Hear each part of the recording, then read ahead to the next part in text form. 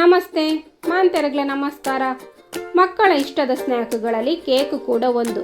Cake ಮಕ್ಕಳು ಮಾತ್ರ ಅಲ್ಲದೆ ದೊಡ್ಡವರು ಕೂಡ ಇಷ್ಟಪಡ್ತಾರೆ. ಇವತ್ತು ಹೆಲ್ದಿಯಾಗಿ ಅದನ್ನು ಮನೆಯಲ್ಲೇ ತಯಾರಿಸೋಣ. ಎಷ್ಟು ಹೆಲ್ದಿ ಅಂದರೆ ಸಕ್ಕರೆ ಬೆಲ್ಲ ಯಾವುದೂ ಬೇಡ. ಐತಾಳ್ಸ್ ಕಿಚನ್ ಎಲ್ಲ ವೀಕ್ಷಕರಿಗೆ ಸ್ವಾಗತ. ಕೋವಾ ಎಂಡ್ ಖರ್ಜೂರದ ಕೇಕ್ ತಯಾರಿಸೋಣ. ಕೋವಾ ಕೂಡ ಮನೆಯಲ್ಲೇ ತಯಾರಿಸೋಣ. ಬನ್ನಿ ವಿಧಾನ ನೋಡೋಣ. ನಾನು ಅರ್ಧ ಕಪ್ಪಿನಷ್ಟು ಸೀಡ್ಲೆಸ್ ಖರ್ಜೂರ ತಗೊಂಡಿದ್ದೇನೆ. ಸಾಧಾರಣ ಇದು 20-22 ಖರ್ಜೂರ ಅಂತ ಹೇಳ್ಬೋದು. ಇದನ್ನೊಂದು ಬೌಲಿಗೆ ಹಾಕಿ ಅರ್ಧ ಕಪ್ ಹಾಲಲ್ಲಿ ನೆನೆಸಿಡೋಣ. 15 ನಿಮಿಷ ಆದರೂ ನೆನೆಸಿಡಬೇಕು. ಈ ಸಮಯದಲ್ಲಿ ಪಟ್ ಅಂತ ಕೋವಾ ತಯಾರಿಸೋಣ. 5 ನಿಮಿಷ ಸಾಕು ಕೋವಾ ತಯಾರಿಸಲಿಕ್ಕೆ. ಅಂಗಡಿಯಿಂದ ತರುವ ತೊಂದರೆ ಇಲ್ಲ. ಒಂದು ಪ್ಯಾನಿಗೆ 3 ಟೇಬಲ್ ಸ್ಪೂನ್ ಅಷ್ಟು ತುಪ್ಪ ಹಾಕೊಳ್ಳಿ. ಹಾಗೆ ಅರ್ಧ ಕಪ್ಪಿನಷ್ಟು ಹಾಲನ್ನ ಹುಡಿ ಹಾಕೊಳ್ಳೋಣ. ಇದಕ್ಕೆ 1/4 ಕಪ್ ಹಾಲು ಹಾಕ್ಕೊಂಡು ಮಗುಚಿ, ಕೈ ಬಿಡದೆ ಮಗುಚ್ತಾ ಇರಬೇಕು. 4-5 ನಿಮಿಷದಲ್ಲಿ ಹೀಗೆ ದಪ್ಪ ಆಗ್ತದೆ, ಕೋವಾದ ಹದಕ್ಕೆ ಬರ್ತದೆ. ಈ ರೀತಿಯಲ್ಲಿ ಮನೆಯಲ್ಲೇ ಕಡಿಮೆ ಖರ್ಚಿನಲ್ಲಿ ನೀವು ಕೋವಾ ತಯಾರಿಸಿ ಯಾವುದೇ ಸ್ವೀಟಿಗೂ ಉಪಯೋಗಿಸ್ಬೋದು. ಮಾರ್ಕೆಟ್ನಿಂದ ಪರ್ಚೇಸ್ ಮಾಡೋ ಅಗತ್ಯವೇ ಇಲ್ಲ. ಇದನ್ನು ಕೇಕ್ ಮಾಡುವಾಗ ಆಮೇಲೆ ಯೂಸ್ ಮಾಡುವ. 15 ನಿಮಿಷ ನಂತರ ಖರ್ಜೂರ ಈಗ ಮೆತ್ತಗಾಗಿದೆ. ಇದನ್ನು ಇನ್ನು ಹಾಲಿನ ಸಮೇತವಾಗಿ ಮಿಕ್ಸಿ ಜಾರಿಗೆ ಹಾಕ್ಕೊಂಡು ಫೈನಾಗಿ ಪೇಸ್ಟ್ ಮಾಡಿ ತರ್ತಾನೆ. ನಾನು ಕೇಕ್ ಕುಕ್ಕರಲ್ಲಿ ಮಾಡೋ ಕಾರಣ ಕುಕ್ಕರಿಗೆ ಸ್ವಲ್ಪ ಉಪ್ಪು ಹಾಕಿ ಲೋ ಫ್ಲೇಮಲ್ಲಿ ಇದನ್ನು ಮುಚ್ಚಿಟ್ಟು 10 ನಿಮಿಷ ಪ್ರೀ ಹೀಟ್ ಆಗಲಿಕ್ಕೆ ಬಿಡ್ತೇನೆ.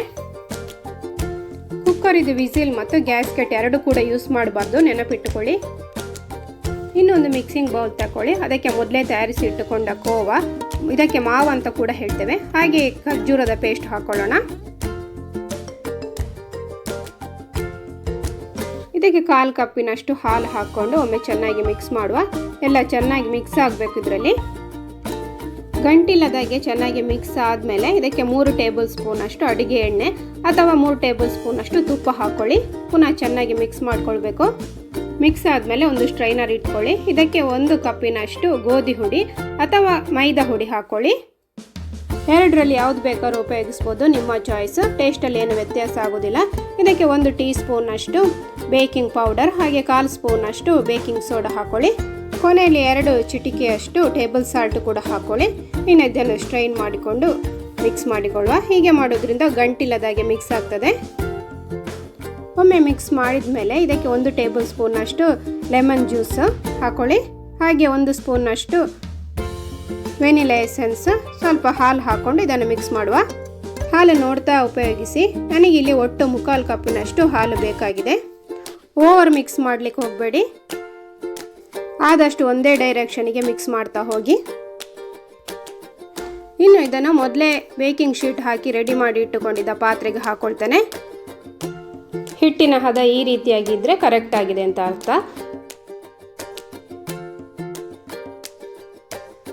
ಈ ರೀತಿಯಾಗಿ ಟ್ಯಾಪ್ ಮಾಡಿಕೊಳ್ಳಿ. ಇನ್ನು ಮೇಲ್ಗಡೆ ನಿಮಗೆ ಇಷ್ಟವಾದ ಡ್ರೈ ನಟ್ಸಿಂದ ಇದನ್ನು ಗಾರ್ನಿಷ್ ಮಾಡಿಕೊಳ್ಬೋದು.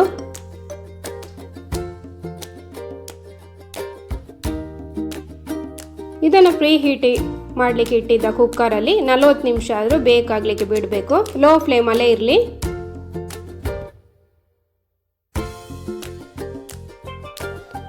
ನಿಮಿಷ ನಂತರ ಒಮ್ಮೆ ಚೆಕ್ ಮಾಡಿ. ಈ ರೀತಿಯಾಗಿ ಕ್ಲೀನಾಗಿ ಬಂದರೆ ಇದು ಬೆಂದಿದೆ ಅಂತ ಅರ್ಥ.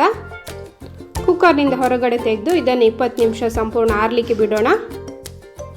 ಕೇಕ್ ಆರಿದ ಮೇಲೆ ಇದನ್ನು ಪಾತ್ರೆಯಿಂದ ಸಪ್ರೇಟ್ ಮಾಡಿಕೊಳ್ಬೇಕು. ಇಲ್ಲದಿದ್ದರೆ ಇದು ಕರೆಕ್ಟಾಗಿ ಡಿಮೋಲ್ಡ್ ಆಗೋದಿಲ್ಲ. ಬೇಕರಿಗಳಲ್ಲಿ ಸಿಗುವ ರೀತಿಯಲ್ಲಿ ಎಷ್ಟು ಸಾಫ್ಟ್ ಆಗಿದೆ ಅಂತ ನಿಮಗೆ ನೋಡುವಾಗಲೇ ಗೊತ್ತಾಗ್ಬೋದು. ನಿಮಗೆ ಇಷ್ಟದ ಶೇಪ್ಗೆ ಕಟ್ ಮಾಡಿ ನಾನು ಸ್ಕ್ವೇರ್ ಶೇಪ್ ಕೊಡ್ತಾ ಇದ್ದೇನೆ. ಕೋವಾ ಹಾಕಿ ತಯಾರಿಸಿದ ಈ ಕೇಕ್ ರುಚಿಯಲ್ಲಿ ಅದ್ಭುತ. ಮತ್ತು ನೀವು ಗಮನಿಸಿರ್ಬೋದು, ಸ್ವೀಟ್ನೆಸ್ಸಿಗೆ ನಾನು ಖರ್ಜೂರ ಮಾತ್ರ ಉಪಯೋಗಿಸಿದ್ದೇನೆ. ಸಕ್ಕರೆ ಆಗಲಿ ಬೆಲ್ಲ ಆಗಲಿ ಯಾವುದೂ ಉಪಯೋಗಿಸಿಲ್ಲ. ಡಯಟ್ ಬಗ್ಗೆ ಯೋಚಿಸುವವರಿಗೆ ಈ ಹೆಲ್ದಿ ಕೇಕ್ ಎಷ್ಟು ಬೇಕಾದ್ರೂ ತಿನ್ಬೋದು. ಮೇಲ್ಗಡೆ ಸ್ವಲ್ಪ ಟೂಟಿ ಫ್ರೂಟಿ ಹಾಕಿ ನಾನು ಸರ್ವ್ ಮಾಡ್ತಾ ಇದ್ದೇನೆ. ಸಿಂಪಲ್ ಆ್ಯಂಡ್ ಟೇಸ್ಟಿ ಕೇಕ್ ಮನೆಯಲ್ಲಿ ತಯಾರಿಸಿ ನೋಡಿ, ಎಲ್ಲರೂ ಇಷ್ಟಪಡ್ತಾರೆ. ಖರ್ಜೂರದ ಕೋವಾ ಕೇಕ್ ಮಾಡುವ ವಿಧಾನ ಇಷ್ಟ ಆದರೆ ವಿಡಿಯೋ ಲೈಕ್ ಮಾಡಿ, ಹಾಗೆ ಸೂಪರ್ ಅಂತ ಕಮೆಂಟ್ ಮಾಡಿ. ಕೇಕ್ ಇಷ್ಟಪಡೋರಿಗೆ ವಿಡಿಯೋ ಶೇರ್ ಮಾಡಿ. ಹೀಗೆ ಸ್ಪೆಷಲ್ ರೆಸಿಪಿ ಮಿಸ್ ಮಾಡದೆ ನೋಡಲು ಚಾನಲ್ ಸಬ್ಸ್ಕ್ರೈಬ್ ಆಗಿ. ಇನ್ನೊಂದು ವಿಡಿಯೋದಲ್ಲಿ ಸಿಗೋಣ. Thank you, bye.